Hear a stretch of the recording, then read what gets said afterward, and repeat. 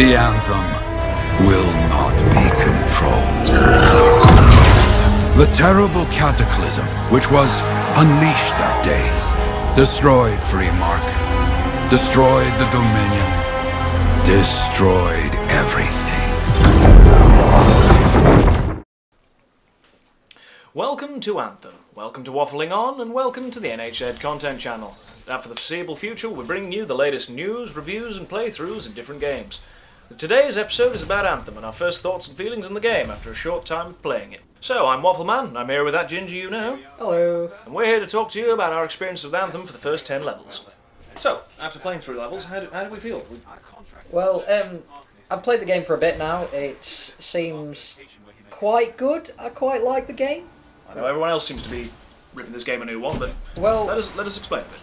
Well, when you think about it, you've got what are called javelins in the game. Now, to anyone that hasn't played Anthem, javelins are the suits in the game. You might recognise them as an Iron Man suit, which, when you're looking at the game, if that's not enough reason for you to play the game, then you probably shouldn't even be watching this video to begin with. The javelins themselves are this really cool suit. In the game, they were created by the ancestors so they could keep up with the shifting tones of the world, but to you, to the player, they're the core aspect of the game. The javelins let you move around the world, they're what you do your combat in, and they're overall what the game is sort of about. They're about you using the javelins to push through the storyline. What do you feel about the javelins, Rich? Well, I think the first thing to mention is that you've got 4 very distinct javelins. Yeah. You've got the Ranger, which I'm going to put down and say that's the Destiny javelin. It's your good old run and gun, grenade, missiles, and it's Tony Stark in a suit. And for most players, if you see just that, you're going to get bored quite quickly and think this isn't the sort of game for me. But the other 3 classes are very distinct, I feel. The Colossus, the Interceptor, and the Storm. They sit very much in their own field, I think, and they play very differently. And you've had some experience with playing Storm, so how do you feel with Storm and Interceptor, for example? Yes, at the end of one of the very early missions, you get to pick any of the 4 starting javelins to go with. The one I went with is Storm. Now, most comparably to other RPGs, it's sort of the mage of the series. So we're looking at very squishy amount of health pool, not a lot of survivability, but huge amounts of burst damage, huge amounts of AoE damage. And then it's not necessarily a strong opener for someone new to playing RPGs, I'd say, because it takes a lot of knowledge of how to move around the battlefield to play it. But it's very fun, it's very active, and one thing to note about all these javelins is they all have very similar movement capabilities in terms of being able to fly around. Yeah. And that some are faster than others, but not in the flying, only in the way they move around once in combat. Which normally flows with their playstyle. Storm isn't very fast. He's designed to be hovering up in the sky and raining artillery down on your foes. And I must make a point, the visuals are brilliant for it. His ultimate's an absolute storm. Literally. Yeah, it's really good. An important thing you said there about them hovering in the air for the playstyle, it's important to know that all of them have a different playstyle. Like, the Ranger likes to be quite far back using his explosives. The Interceptor and the Colossus, the 2 we haven't spoke about yet, are both very up close and personal. The Colossus is a traditional tank. He wants to be in the fight, he wants to have the enemies looking at him, whereas the Interceptor is very much an assassin type playstyle. You go in, you're dashing around a lot, you're avoiding your attacks, you're chaining your combos, you're poisoning enemies. It's very roguelike gameplay. But it's important to note that all these characters aren't limited to that traditional style gameplay. That's a welcome to this character. This is how he can play. Yeah, here's some of the basic principles about it. Yeah, I mean, I'm sure you know a lot more about the combos and the chaining system. So, in Anthem, a lot of the damage mechanics are based around primers and detonators. All items in the game, almost all I'd say, fall into one of those 2 categories. Your primer is basically, to any of you who have played RPG games in the past, that's your status effect. That's your fire, poison, frozen, shocked. And it'll normally put an effect on the opponent, which, if you damage it with any other items, normally have an extra modifier, like they're burning, or they'll take extra critical damage. Detonators remove that modifier, and in doing so, they add a shed load of damage, I might add. So, your sort of bread and butter combination that a lot of characters try and build their javelins around is setting off a primer, a very quick activating primer, like Storm, for example, has those frost bolts. Yeah, you're using frost shards on Storm. It takes quite a few of them early because it's a very low level ability, and then once you've froze a target, your idea is to rain down your lightning on the enemy, and it will just remove the frost effect, but inflict a huge amount of damage to that enemy. It's important to note that you don't have to use a primer and a detonator combo on your javelin at any point, but once you've got a feel to how to use the primer and detonators properly... And I'd say especially when you're working in a team scenario, if you've got Yeah. friends that you're playing with, trying to have someone set up the primers and someone go in for the detonator, I think it's a very... You'll definitely feel the strong. benefits of that. We ended up playing late last night, and we started our first playthrough together, and you got a frost grenade, Yes. didn't you? Which and extremely useful. So I put my storm javelin back on, brought out my lightning combos, and we were just able to combo off of things really easily. It made the gameplay feel faster, it made it feel smoother, and it definitely brought out that co-op element that EA Swiss seem to be going for with their new RPG. And I think especially for the difficulties that are in so far, you have easy, normal and hard, which you'll go all the way through leveling. And I think they seem to be balancing quite nicely. Beyond those, you've got 3 other tiers of difficulty there, the Grandmaster tiers, and you'll only reach them once you get to endgame. And you're going to have to put a lot more effort into thinking, right, who's going to be the guy going around setting up all these opponents? Who's going to have the AoE primers, and who's going to go in at the end and detonate? Yeah, I think that's when you're getting into very late game. That's when your build is going to be very important for what are called in this game strongholds, almost like your raids from traditional MMOs.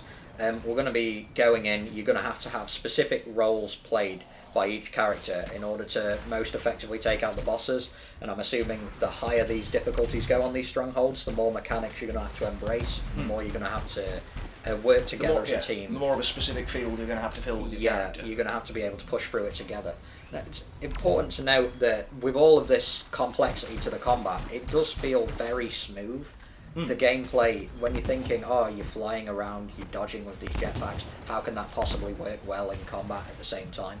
It really does. You're using the jets a lot to traverse, but being able to just use it in and out of combat to move fluidly around the battlefield allows you to take cover combat more seriously, to close in on enemies when you're playing stuff like the Colossus and the Interceptor. There are certain abilities that really are in their absolute element while you're flying. The Ranger, for example, has an ultimate ability which rains down missiles on a selection of targets, and you can use that while you're flying. You can use it while you're stationary, or you can do a flyby sort of lock on and shoot, and it feels extremely good to do that. Yeah, it's like an aerial bombardment. I imagine being on the receiving end of it is pretty bad. Thankfully there's no PvP. It looks very cool, it's very effective, and it's an ability that's very good at thinning out a herd of like trash mobs, for example, whereas the Storm ultimate, it's so much burst single damage. Location burst damage. Yeah, that is you've got it a is boss in AoE. space.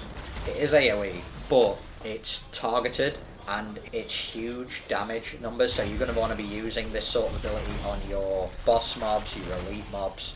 I'd see a legendary finisher really.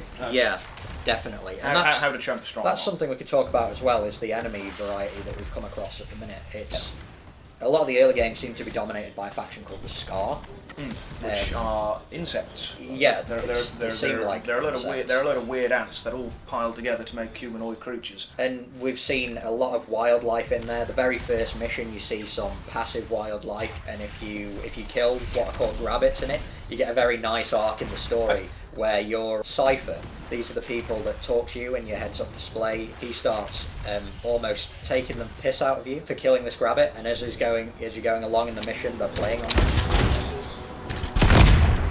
You do know you probably just orphaned some baby rabbits there.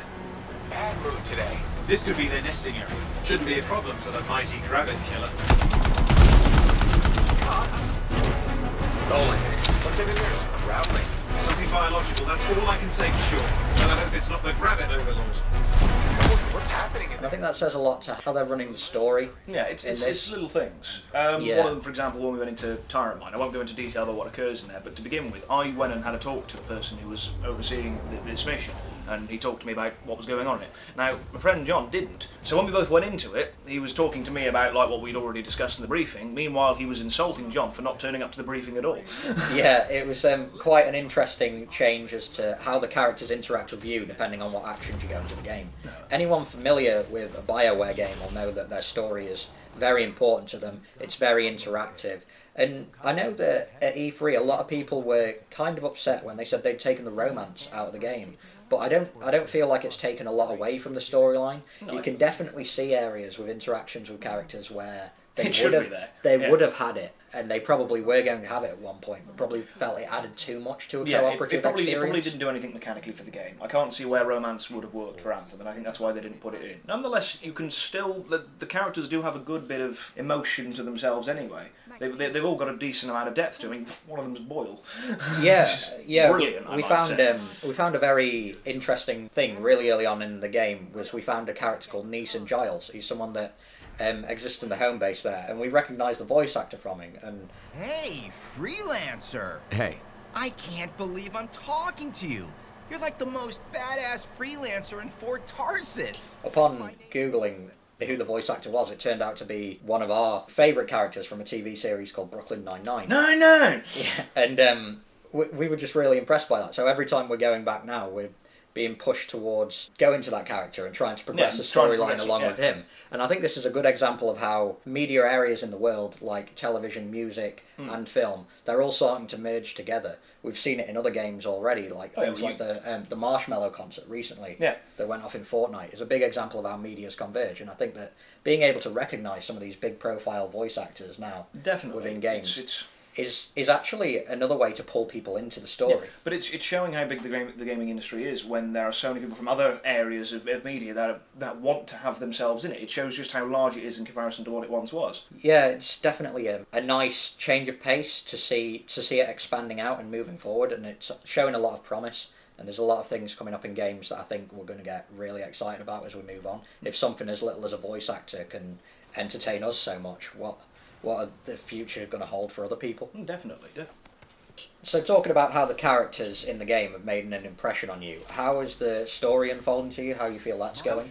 It's not handed to you very quickly, or very easily, I must say, initially, but I think that works to its strength less than to its weakness. Most of the story is handed to you through small snippets, items that you can find around the map, or within Fort Tarsis, or just by talking to characters in the game, but you don't at any point feel like you have to do that.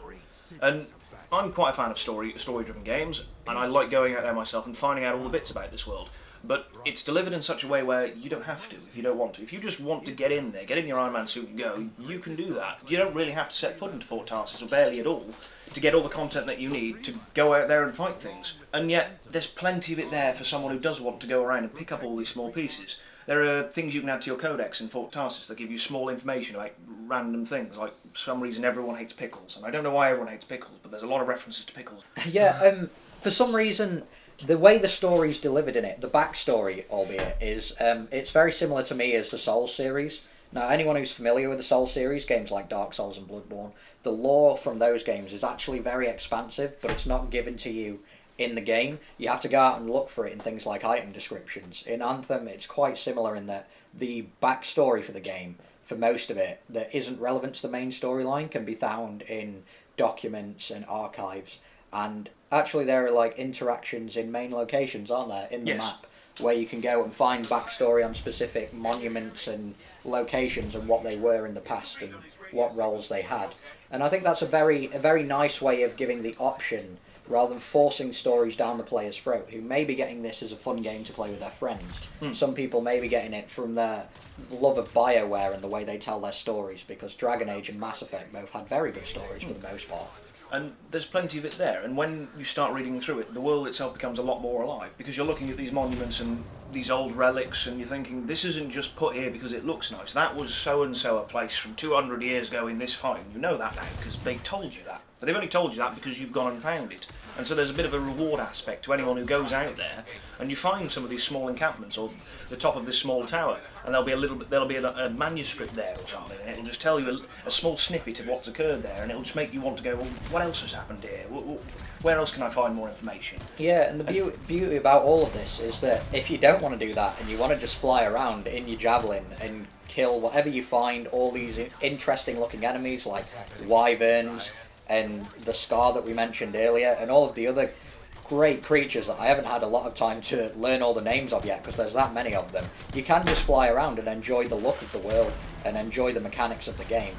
But the story, the actual story of the game that we're following, it's just as gripping, because quite early on you get a cutscene, and you know the cutscene I'm talking about, called The Fall of Freemark, and we both said watching this cutscene was it just made us want to dive right into the storyline of the game and continue with it, because it was such an epic battle, and you just want to be part of something that big in this game. After seeing that, I sort of think, right, this is the scale of conflict that we can be seeing now. Because prior to that point, you have small factions you're up against, small groups of enemies, and then you see this sort of large-scale assault, and you think, this is where the end is. This is what's coming. This is the sort of stuff we want from this game. Yeah, it definitely feels like something we're looking for, and in a way, it to me it felt like marketing for a javelin that we haven't actually spoke much about yet, the Colossus, because in that cutscene, the Colossus is made out to be just that. Stomped. Yeah, he was beating people, and I know you've had quite a bit of experience. You played the Colossus in the demo, if I'm not mistaken. Yes, and he suffers from a few issues that I think the Storm's going to suffer from as well. That early on he doesn't feel strong, so I wouldn't recommend getting him as your first javelin, though. Each to their own, because the Colossus is your tank. The man can take everything, but he can only do that once he's got some of his core components in. There are several. Each javelin can have 6. I think it's up to 6 components. Yes, component pieces that give slight modifications to the javelin, increased cooldown reduction or certain damage types. One of them is straight up defense. And once the Colossus gets some of these in, he really turns into a monster. And I was able to get a couple of these in. When I first did the turret mine on the demo, I found it very difficult to play him because he just got squished. He doesn't have shields like every other javelin in the game. Instead, he has a large health bar and a quite literal shield, which can regen its health instead. So you've got to forcefully put out your shield when enemies are firing at you. That's a mechanic that you have to engage yourself. And with that, you've also got a taunt ability, which pulls everyone to come and fire at you. So while you've got your Storm up in the air, who is going to get shot down if anyone spots him, you pull everyone to you, he combos them down with his large AoE abilities. He's a good character to be played in a team, but not so much solo, I'd say. And I'd say that same runs with the case with both the Interceptor and the Storm. The Interceptor, for example, you've had more experience of than I. He's a very ground-based character. Yeah, so the Interceptor is the javelin that I picked up on the demo, and I picked him up as my level 8 javelin in the current game. So for those of you that don't know, you unlock a javelin at level 2, which is at the end of the first few missions, and a javelin at level 8, and then the other 2 you can unlock a bit further on into the series. I believe it's 16 and 28, I want to Yeah, say. But I'm pretty sure that's what it is. And so I've had a bit of experience with the Interceptor, and they all play very differently to each other, and the Interceptor is the only one whose melee attack doesn't recharge. So you can constantly be in there attacking. It wants you to feel like a ninja, is what it seems to push you towards. Yeah. You're running in, for example, you start out with throwing stars and an acid bomb, and you're running in and you can throw these acid bombs on people to wear away their armour, opening them up for the Interceptor's combo, which is like true damage, so you're going to hit them, and then he's got this strange aura ability where his status effects almost act as a buff for himself, and he can go around and using his own combo moves make himself stronger. His ultimate is very cool because it turns him completely invulnerable. A lot of other... So Storms, for example, refills her health and shield. This one just makes you completely strips your heads-up display, and nothing can kill you, but you can kill everything. And all you can use is your melee attacks and your dashes, and you're flying around the map. It's essentially rampage. Yeah, it's a rampage mode. Which is quite funny from the javelin that is the weakest out of them. It's the squishiest javelin, I'd say. Yeah, that's the only problem with that javelin, is that you've really got to play a very in-out dodge-based play style, because there are very, very many times already from only playing it for a short amount of time where I have been one-shot by a legendary enemy. Yeah, okay, partially that's our fault for thinking we could play hard mode 2-man, but we gave it a go, and I was just getting one shot every time a legendary enemy got one hit on me, so it's very important to try and time those dodges right and get in there. I think the fact that you had that problem, though, proves better that these 4 classes are very much in the field of their own. Because if a Colossus was sat in there with you, he'd just taunt everyone towards himself, he'd force the fight to him, and that would allow the Interceptor to have that opening to finish enemies off. Yeah, it's a very high, consistent DPS. The Storm, it seems, burst damage. The Ranger seems... I feel like he's the consistent all-rounder. He's sort of jack of all trades, master of none. Yeah, I think the Ranger's very good for priming people, he seems, like from a long range. He can be. He's a good all-rounder. You can set him up as detonators as well. He's got a nice mix of both. I like to think he sits in the middle. You've got your sort of close-range, high melee damage Interceptor, who's again very squishy. You've got your long-range artillery Storm, and then you've got your up-and-close tank. Yeah. Colossus sat in the third corner. They all look like they fill very specific roles, but the customization of these characters really takes them into a world of their own, and you can build the character to play as you want. Obviously, I'm not saying to take an Interceptor or a Ranger and turn him into Storm. That's not the case. If you want to play a long-range mage-type artillery, then you're going to need to pick the Storm Javelin. But within that, you can harness different elements and create different combos. You can have consistent damage or every so often ridiculous burst damage. And let's not take away from the gunplay of the game, because It's one of its still core positive, elements is its shooters. And the guns do feel quite good. Some of them feel very bare bones standard, but you're going to have your basic assault rifles, burst action rifles, heavy pistols. And we've only played 10 levels into Yeah. the game. So- Hopefully we've already found one sniper rifle really. Yes, the Devastator, an absolutely brilliant rifle. It's an explosive round sniper rifle, and the visuals are just brilliant on it, and I find it's a very, very meaty gun to be using. Yeah, the special effects are definitely something that stands out in this game. I mean, It's very colourful. It is, yeah, it's very, very wide array of special effects. To a fault sometimes, because I was playing as an Interceptor with a Storm from a random player I was playing with, and they were ulting on top of the thing I was trying to kill.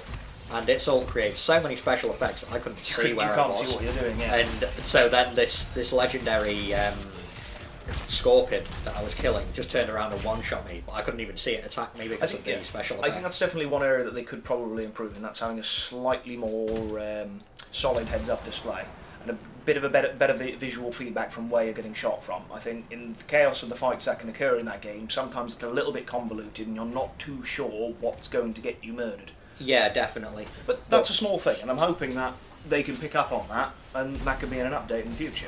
So, talking about potential updates they could bring into the game in the future, we know for a fact this game has received a lot of negative feedback on its initial release, saying that the game feels quite lacklustre, which personally I feel is very unfair on the game, because EA Swiss have come out and said, when they're releasing it, you're paying for a full game, but you're getting a year's worth of content continually being updated to make the game feel like it's full stage at the end. It's a subscription service almost. Yeah, you know, it is. you've paid for it and you're getting the game as the year comes out. Yeah. We already know they've introduced a 3-month roadmap that's got content coming out for the next 3 months, and this is only Act 1, I believe, and they've announced 3 acts. Yeah, that's so far. That's just for this year. Yeah. So we don't actually know what next year will bring, and hopefully it'll be even more stuff. But the important thing is these updates are free. This isn't like Destiny when that first came out, which got better reviews on release, which I don't really quite understand for playing with it myself when it first came out, because that game didn't really shine until the third.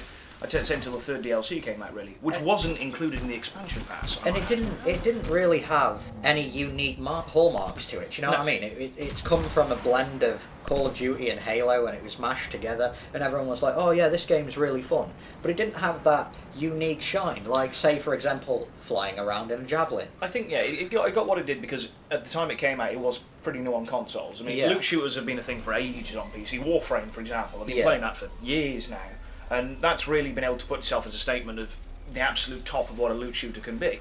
But that's taken a long time to get there. And in its early days, it had very little in it. I know it was a free-to-play game. Yeah. So but that's the difference we're getting between a free-to-play game and a game that we're all paying for on release, like Anthem, because this is a AAA developer. Their ability to push content is much more than that of, say, the developers of a game like Warframe and a game like Path of Exile, because these are very small indie developers that are doing it off their own back, and whereas we're giving these guys the money to push this game further and further, and we've all seen how important modular updating is in today's gaming society. Fortnite's a prime example of it. That's a game that's done the success that it has over constant releases that keep bringing people back, because there's always something new. It may only be small new things and only singular items at times, but that's what brings people back, because I want to try this new weapon, I want to try this new location.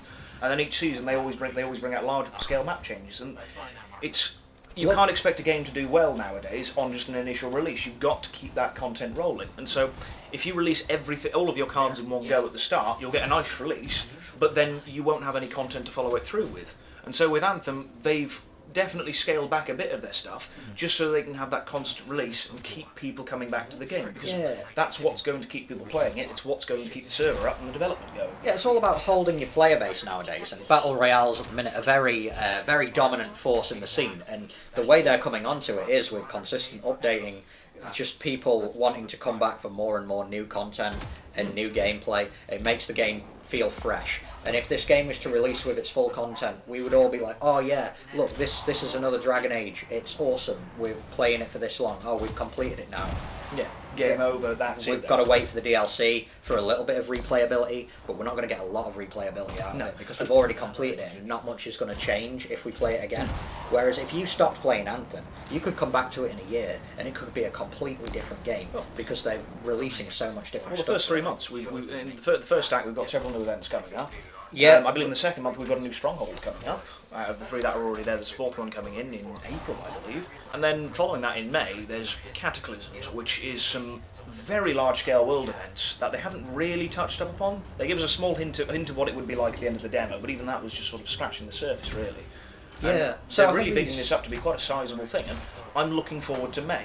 If I got bored of this game in a month's time and said, right, I'm going to leave this and go play Apex, for example, I'm going to come back to this in May, at the very least, because I want to know what Cataclysm is. And they've said, here is something big coming out. I want to play that. I want to come back to this game and play this. And I'm not paying extra to do it. I've already paid my money up front, and now I've got the game for however many updates they want to bring out. Yeah, I think that's the beauty of this modular updating society for gaming that we're in at the moment, is that you can stop playing a game, you can come back to it in a month or 2 months, and you can fall in love with it again because it's different than it used to be, but it's still that same game you enjoyed playing that you may have got bored of for a bit because you played the life out of it because you liked the game so much. Now you've we've got all fresh done content. it. Do you know what I mean? There's so many games we've all fell in World love of with. Warcraft, that's easily one of the oldest examples of such a system. Yeah, that every time an expansion comes out, Twitch is a prime example. Half the Twitch community just flood back to it for a week or so, just absolutely love the concept. Play the hell out of it, yeah. and then it disappears again. But people will come back to it. That's what keeps it going. That's World of Warcraft's a really good example of a modular game that's been out for. When did it come out? 2003, something like that. Now? It's about there, yeah. Yeah, so it's been out for a really, really long time, and it's still growing strong. It's still got its dedicated fan base, but more importantly, it's got this fan base that's going to come back. It's going to keep providing to the developers. The developers are going to keep providing to these people. It's a story that's ongoing, almost like a film series. Yeah, to a degree, yeah. You've got different chapters. Yeah, it's like a TV series with new seasons coming out every year. And if it's working so well for RPGs like World of Warcraft, then how can you? Yeah. Why not try it for the loot shooter? Yeah. How can you take a developer like BioWare, who have made such good stories in the past, them to bring out this modular, consistent, updating game with more and more story expansion, and bat it down on its release because it doesn't quite feel like a full game? I think the reviews will improve over the next coming months if the game provides them what it gives. I mean, we can't guarantee that these events coming out are going to be brilliant, but if they do, I think it'll finally do the game just. I just hope that the reviews haven't damaged it enough by that point. I think it is a little bit unjust because you're not purchasing a game full out. You're investing, to be honest with you. And it is a different way of trying to sell the game because I'm not paying £55 for a game that's come out today. I'm paying £55 for the next year, 2 years, however many years worth of content they want to bring out for it. Exactly. Like I said, it's all free. And That's the brilliance of it. It's important to note that their microtransaction approach is completely optional. Everything in the game so far is completely earnable by in-game currency. And you can go to the store and you can buy anything that's on sale this week in the store just by going into free play and grinding out the money or anything else. I've played 2-3 days of the game, and you start out with 40,000 coins. I believe a full armor set in the game store costs 61,000 coins. So you start off with 40,000. I believe I've earned about 30,000 just over the last 2 days of playing. So. Easily within a few days, perhaps a week for some people playing slowly, you're going to get enough to buy the top tier stuff inside the store. And I imagine the amount of coins you're going to get per mission, per stronghold, that's early on, will go up. Yeah. I mean, we are only level 10 at the moment. Yeah. And not to mention, you've got this weekly alliance system, which we should touch up on. Whenever you play games with your friends, you're all earning XP for one another. And at the end of each, I think it's week or month, depending on how much XP that you and all of your friends on your friends list have earned, you get a selection of coin return for that. So the more friends you have, the more you play, the more they play, the more you earn. That doesn't have to even be playing together. Just as long as my friend's playing and I'm playing, we're all going to get paid. It's really pushing that community aspect of the game, which I think is important in this sort of new genre of MMO game. Well, it's not even an MMO, is it? It's a cooperative RPG experience, which hasn't really been touched upon much, and the recent exploits we've seen into a cooperative MMO haven't been the strongest. Yes.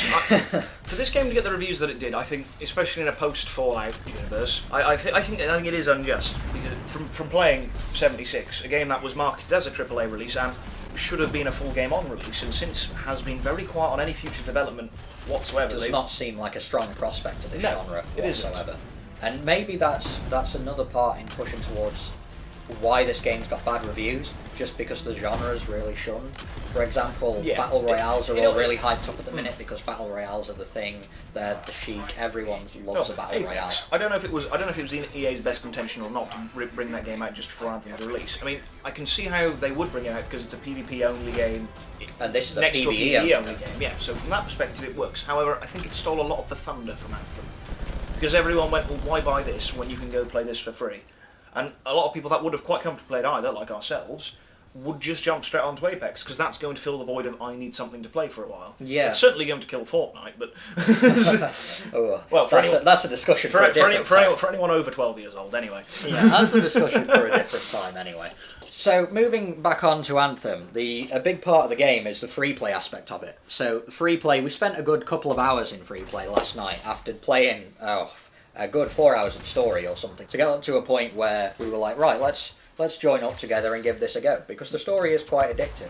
But what were your first impressions of the free play? My first experience of it was when, like every other player who's gone into this, we hit the grind wall of the 4 tombs, which I won't go into too much detail about. It's simply you've got to do a selection of challenges in free play in order to get forward. And it's a way of the game going, look, go out there and play the game. And initially, I'll be honest, I thought the game was a bit empty. I mean, the world is gorgeous, it looks brilliant, but I didn't think to myself that it would be full of anything. And then as you start to fly around, as you start to explore little areas, you start to find things that you didn't think were there in the first place. We found a couple of tombs, we found a dungeon at what point now we went into, and it was full with outlaws, I believe. And well, put simply, we got shat on, didn't we? Well, yeah, but that's because we thought we were big and we could play hardcore mode with 2 people, and it just didn't go down well.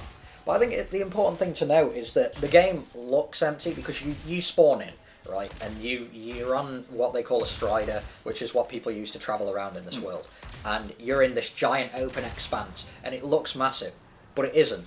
Because you can fly around. Everywhere looks big and it might look a bit empty, but it's not because the creatures are massive. You can fly around. You've got the agility of ridiculous amount, really. I think it's a point of perspective. When you're up in the sky flying about, everything looks small and you don't think there's anything down there. And once you drop to the ground and start looking at things on the floor, you realise there is a lot going on there. I ended up going into what looked like a puddle, to be honest with you. It turned out to be a deep lake, and you can fly through those. And then you come out into this other, this new expanse, and oh look, there's a group of scars down there. They're setting up a camp, so you go down and kill them. Oh, you've killed them, but then their leader turns up, so you've got to kill this guy. Oh, and because you've killed this guy now, you've got to go back to this camp and find the rest of their base and kill off everyone there. You don't just go around and find random enemies to murder. I find the story sort of it drives you in specific. It progresses directions. itself in a somewhat random way. You don't quite know what you're getting yourself in for. I mean, we encountered a Titan at one point, didn't we? Yeah, that was a very interesting fight. Like we saw this world event happening, which it's advertised on the There be London giants. Screen. There be giants. Yeah, that's one of their events that they're bringing out, and these will be a consistent thing within the game. And we were just flying around. And all of a sudden, Rich yelling at me saying, "Oh my God, there's a Titan! There's a Titan!" And I'm like, "What? There's a Titan?" And it was huge. And we went up to it, and it was like killing us in one shot. And then we looked at its name, and it said Lesser Titan. It was one of the small ones. Yeah, and we were like, "This is a small boy." Okay.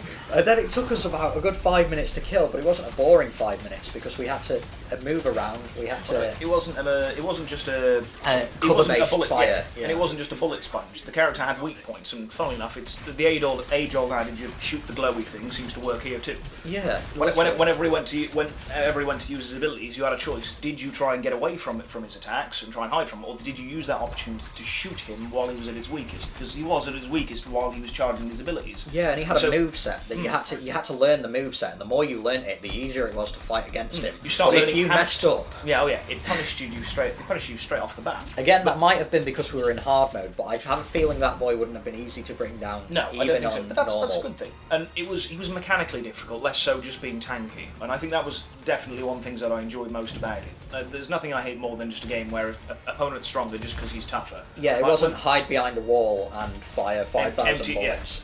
It was use your abilities. Find the weak points. Right, this guy's charging up for an AoE attack. You've got 3 seconds to do damage to him and then get away. And you've got this small window of opportunity where you can deal loads of combo damage to him, and you can try and get one of these off with your friends. And then at that moment, you've got to jump into cover then, because this attack's coming. And so It feels almost a little bit like Dark Souls in that respect, where you know certain attacks are coming in because of how well they're choreographed. You think, right, I can get a cheeky hit or two in here. If I try and get too much in, I'm going to get whopped. Yeah, that RPG element is very much there in the combat, because the thing you're fighting, you have to learn its AI, you have to learn how to beat what it's doing, you have to learn the best effects against it. And the more and more you play this game, the more effective you're going to become at killing something. And I don't think it's just because your guns got bigger numbers.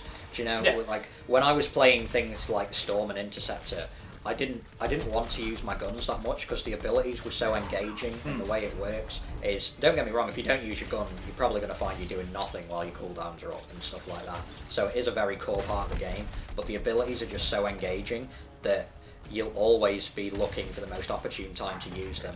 And it's not like you have to save them, because even the ultimate cooldown is up very quickly. And the components that you can get in the game, you can get certain ones that will reduce certain cooldowns. I've got one, for example, that reduces my grenade cooldown by 35%. It's a pretty sizable amount. You can get other ones that reduce cooldowns when you kill enemies with your other abilities, and so you get this sort of 1-2 play, kill one with one ability, your other comes off cooldown, kill with another.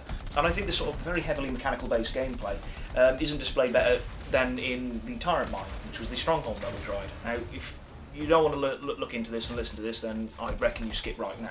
Yeah, there will be quite a few spoilers. So, those of you who have already played it or have played through the demo should know what the Tyrant Mine is. There's a little change between the demo and the full game.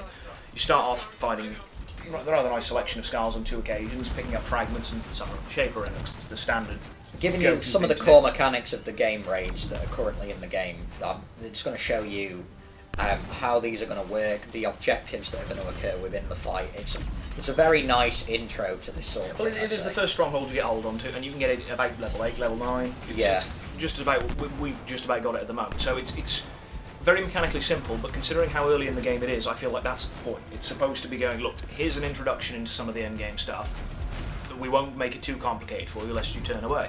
Yeah, it starts off very sort of similar to most of your previous encounters, but then you go into this cave network, don't you? And you fight some of these bugs, and you defend a point for a period of time, and you eventually come up against this insectoid boss, which is an absolute monstrosity they're being to come up against, and we didn't have the best experience with it firsthand. I'm trying to remember what the name of it was now.